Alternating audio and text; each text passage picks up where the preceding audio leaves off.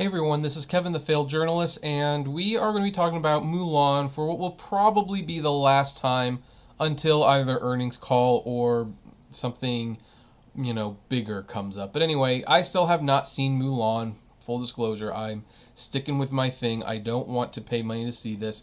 But it's now been a week, and the results of Mulan have not been super impressive. In the homeland China where this movie was made, it opened to a middling $23 million. Interestingly, Tenet actually made more money in China, which probably says something about how healthy our US theaters are at the moment, that Tenet did a lot worse here where it was made for. Also, Mulan is in hot waters with the government because it was made in an area of China where human rights violations are pretty well known, and US lawmakers, both Democrat and Republican, are actually, sending a letter to the CEO of Disney, Bob Chapek, to explain whether or not the filming process was properly vetted, because Disney thanked some of these, oppressive regimes in the credits for helping them make the film, and people said, wait a minute, I don't know if you should be making movies there or not. So there's that situation. But here at The Failed Journalist, really what we care about is whether or not people actually paid to see Mulan. Was it a big hit? And I think by Disney's muted response, the answer is no. It was probably not a huge hit. In fact, we have some articles to even show that the movie didn't do very well. This one from The Motley Fool says, modest interest in Walt Disney's Mulan shows PVOD pricing limits. And they have called it a disappointing experiment despite the fact that most of the theaters are closed. So, as they write, it was mostly an experiment. CEO Bob Chapek acknowledged last month, we find it very interesting to be able to take a new offering, our Premier Access offering, to consumers at that $29.99 price and learn from it and see what happens, not only in terms of the uptake of the number of subscribers that we get on the platform, but the actual number of transactions on the Disney Plus platform that we get on the PVOD offering. Even by experimental standards, though, Disney can't be happy with the initial return on the $200 million it reportedly spent to make the movie. The modest $6 million box office estimate for the theatrical opening weekend is a letdown, of course, though a palpable one given the environment. Far more disappointing, however, is the assessment of Deadline's unnamed experts on the matter, who suggest Disney may not have earned great pre-sales on Disney Plus for Mulan. Exactly what that means is unclear, but it's not a stretch to suggest the high-priced Mulan mostly flopped in terms of total rental purchases, as well as serving as a draw to the Disney Plus streaming platform itself. Mobile app download monitoring outfit Sensor Tower noted a clear surge in downloads of Disney Plus streaming app in front of Mulan's debut. Apptopia said it saw it as well.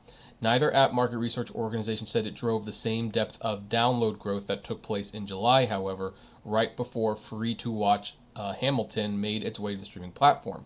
As powerful as Hamilton may be, Mulan is arguably a much more marketable product to family and kids. So basically what they're saying right here is that they did see an increase in app downloads, but those app downloads were not significant, and they were not significant compared to Hamilton. Granted, when you downloaded it for Hamilton, you were getting a movie.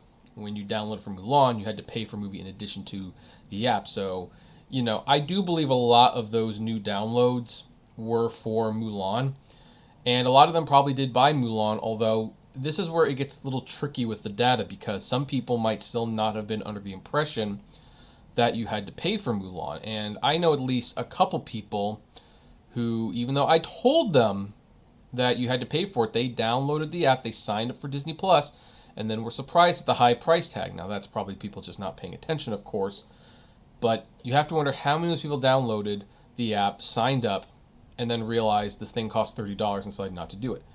Now, the Motley Fool continues to go on, not like the others. Don't misread the message. Mulan does appear to have steered some new prospects toward Disney Plus.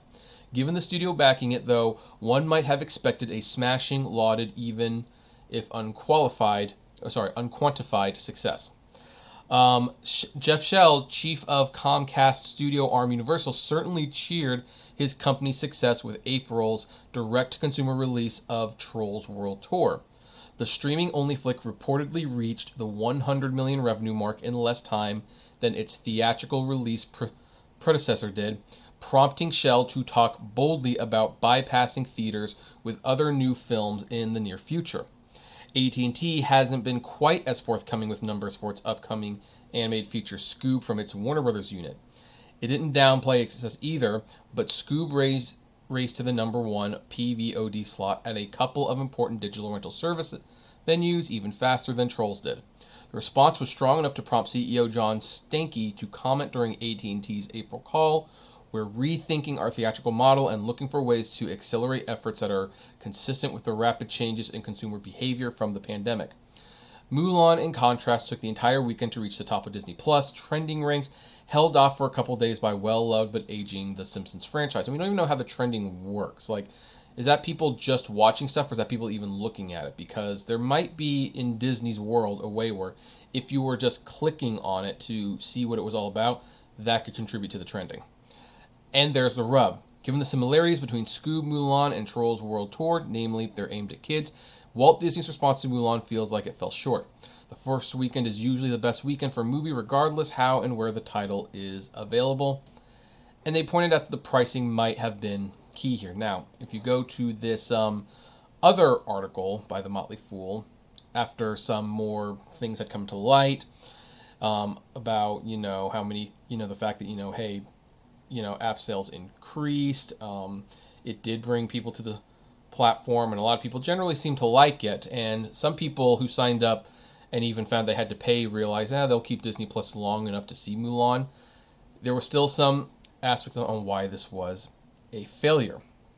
So the bottom line is good but not good enough, because data sensor from Senior Sensor Tower shows that there was a 68% jump in Disney Plus downloads, which was about 890,000 compared to the weekend before, along with a 193% increase in spending on the app to 12 million. Now, by the way, you have to keep in mind that 193% increase, that could be people signing up for the service for the first time. That's not just, the movie itself. So, while Apptopia figures show about 25% fewer downloads, or 674,000, it still suggests there was significant demand for the movie. Yet that might not be enough to recoup Disney's investment. Even at the higher figure, that's less than 27 million generated. Now, one of the things that I heard about this movie was that it was paid for by about 11 million consumers. Now, I don't know if that's actually true or not, but let's take a look at that. So, 29 times 11. That would be over $300 million. That's pretty nice. Is it enough to make Mulan a success? No, not really. So, I don't know. They got a lot less subscribers if they come to 27 million again. Some people, or not people, but some websites estimate like 11 million people paid for this thing. That's a decent price, but it still lost the movie money. Now, here's the thing.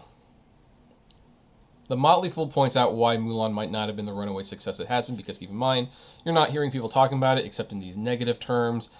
I mean, I don't know a lot of normal people who've watched this. None of my friends have paid to watch it. My best man's wife's sister did pay to watch it, but they didn't pay to watch it. So most of the people who watch it were probably film critics like me. But here's the hurdle. Let's see here. Of course, turning a profit on Mulan wasn't Disney's only goal. Bringing in more subscribers to Disney Plus and having them remain with the service was a secondary consideration, as was proving that the consumers would pay for content on the service. Some of those goals look successful, but there are differences between when Comcast released Trolls World Tour to streaming video in April and Mulan going to on-demand this weekend that explain why it might not be as successful. When Universal released Trolls World Tour, the pandemic was only just getting underway. Kids were suddenly at home with nothing to do, and parents were desperate for some diversion. At $20 a pop, it was an easy call to make. That's not the case now. The economy is reopening. There is a lot more entertainment available, including movie theaters, and the $30 fee to stream is a deterrent. Consumers pay to go to the theater. even though they can wait a few months for a movie to show up on Netflix or Amazon, because they want the big screen experience. In Mulan's case, consumers are being asked to pay near theater rates for a small screen experience, and Disney Plus subscribers have the option of simply waiting it out. Mulan also isn't getting the best reviews. Rotten Tomatoes has a 78% critic score and a dubious 55% audience rating because Disney chose to cut some scenes and original characters that made the animated version a classic to placate Chinese audiences like Mushu the Dragon. Although I will say, and I've actually maintained this, I actually think that the changes, at least conceptually, were a good thing. I actually do not like the Disney live action remakes specifically because they're exactly the same. So when I heard Mulan was going to be very different, it's like, you know what? That's a step in the right direction. At least it's its own thing. Now, apparently it's still not very successful, but I'm always going to give them credit. They didn't do the easy route. They didn't go the easy route with a $200 million budget. The movie also has a darker, more adult flavor than the original that children might not find appealing, and it's caught up in politics over Hong Kong independence, which, I don't really talk about that stuff, but it's pretty bad. Now then, maybe next time. The bumps and downloads of Disney Plus and spending on the app is encouraging, and Disney seems to have opened up a new channel for future movie releases, but Mulan itself still looks like a failure. Less greedy pricing, better directorial decisions, and more judicious film selection could be what it takes for Disney to grow its streaming video platform while also generating movie profits. So, here's the thing. Is Mulan a success or not? I don't really think it is. Here's the thing. I think you have to kind of look at how Disney is acting. Disney has lost $6 billion or close to it this past year because of the pandemic. They put Mulan on Disney Plus basically as a distraction for the shareholders to keep the stock from going way down. Like, look at the money we're going to get on Premiere Video on Demand. And then they release it, and for the most part, they give a muted, we're very happy with the results. Folks, if a company says we're very happy with the results, that's their way of saying they're pretty disappointed and they don't want to talk about it. I think they actually lost a lot of money on Mulan. I think the politics of the movie have caught them off guard. The Chinese actually told the media to stop reporting on it because it got so bad. It's been a very muted response in China, where ironically Tenet made more money than Mulan did in China, and Tenet was made for us, not for them, whereas Mulan was made for them, not for us. It doesn't seem like Mulan is going to be a big hit, and whether or not this will slow down the Disney remake machine a little bit, I don't know. Because they can always blame the pandemic that, hey, we would have done very well had the pandemic not hit, and maybe they are right. I think that train was still going strong enough that Mulan still would have been a hit had the pandemic not hit and totally changed the way everything was. But personally, I'd be okay if this slows down the Disney live action remakes quite a bit. I don't think we need a live action Lilo and Stitch. We don't need a live action Treasure Planet. I don't know if they would ever make it, but you know what I'm saying. We don't need Home on the Range to be live action. We don't need Atlantis to be live action. Ironically, I would watch a live action version of A Black Cauldron, considering they remake it and they do it properly, but that one Disney doesn't want to actually do. So anyway, this will probably be the last time I talk about Mulan until the earnings call.